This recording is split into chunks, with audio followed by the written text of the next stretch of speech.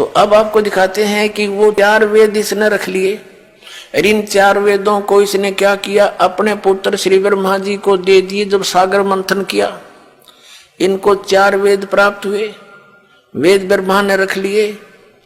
तो ऐसे फिर ब्रह्मा जी ने जो पढ़ा, जैसा भी उसके समझ में आया और उसके सरपुरुष ने उसको जितनी विभूति दी, उसके आधार से उन्हें वेदों को फिर आगे अपने वंशजों को पढ़ा दिया।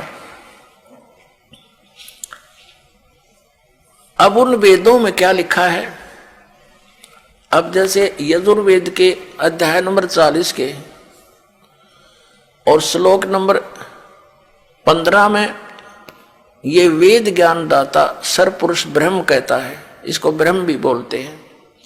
ये कहता है कि मेरा केवल एक ओम मंत्र है, इसका जाप काम करते करते करो, विशेष कसक के साथ करो और मनुष्य जीवन का एक परम कर्तव्य जान के ओम नाम का स्मरण करो। अब ऋषि महर्षियों ने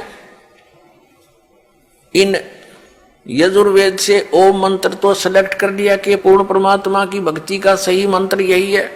तो जो ओम नाम के जाप को ही सुप्रीम मानकर सेट हुए बैठे हैं, वो ये भूल गए कि इसी यजुर्वेद अध्याय नंबर 40 के श्लोक नंबर 10 से लेकर 13 तक वेद ज्ञान दाता सरपुरुष एक ऑप्शन छोड़ रहा है कि कोई तो परमात्मा को जन्म लेने वाला कहता है संभवात, और कोई असंभवात यानी वो कभी जन्म नहीं लेता, उत्पन्न नहीं होता, ऐसा बताते हैं। इसकी जानकारी भगवान साकार है या निराकार, इसका यथार्थ ज्ञान तत्वदर्शी संत बताते हैं, उनसे सुनो।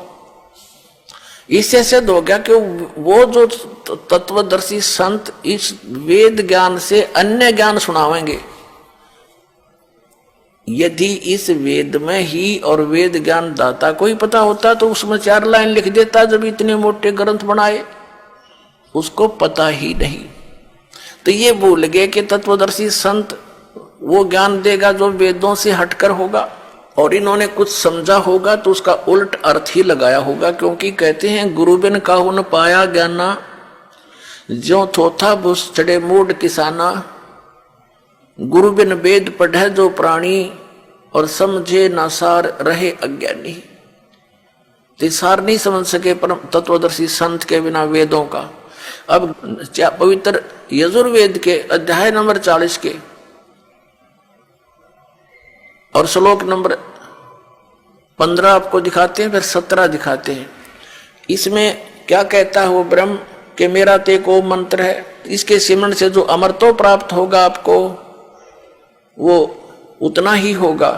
फिर 40वें अध्याय के यजुर्वेद के 17वें मंत्र में स्पष्ट कर दिया है कि मैं तो ब्रह्म हूं और मेरा आकाश में यानी ब्रह्मलोक में रहता हूं, और वो परमात्मा पूर्ण परमात्मा तो प्रोक्ष है, गुप्त है। जैसे संसार रूपी वृक्ष की जड़ें पृथ्वी में प्रोक्ष रहती हैं, लेकिन वो निराकार नहीं है, उनका अस्तित्व विशेष है वहां पर, लेकिन हम बगैर उसको देखे, बगैर खोदे नहीं देख सकते। तो इसी प्रकार वो परमात्मा उल्टा लटका हुआ संसार रूपी वृक्ष की जो मूल है वो प्रोक्ष है।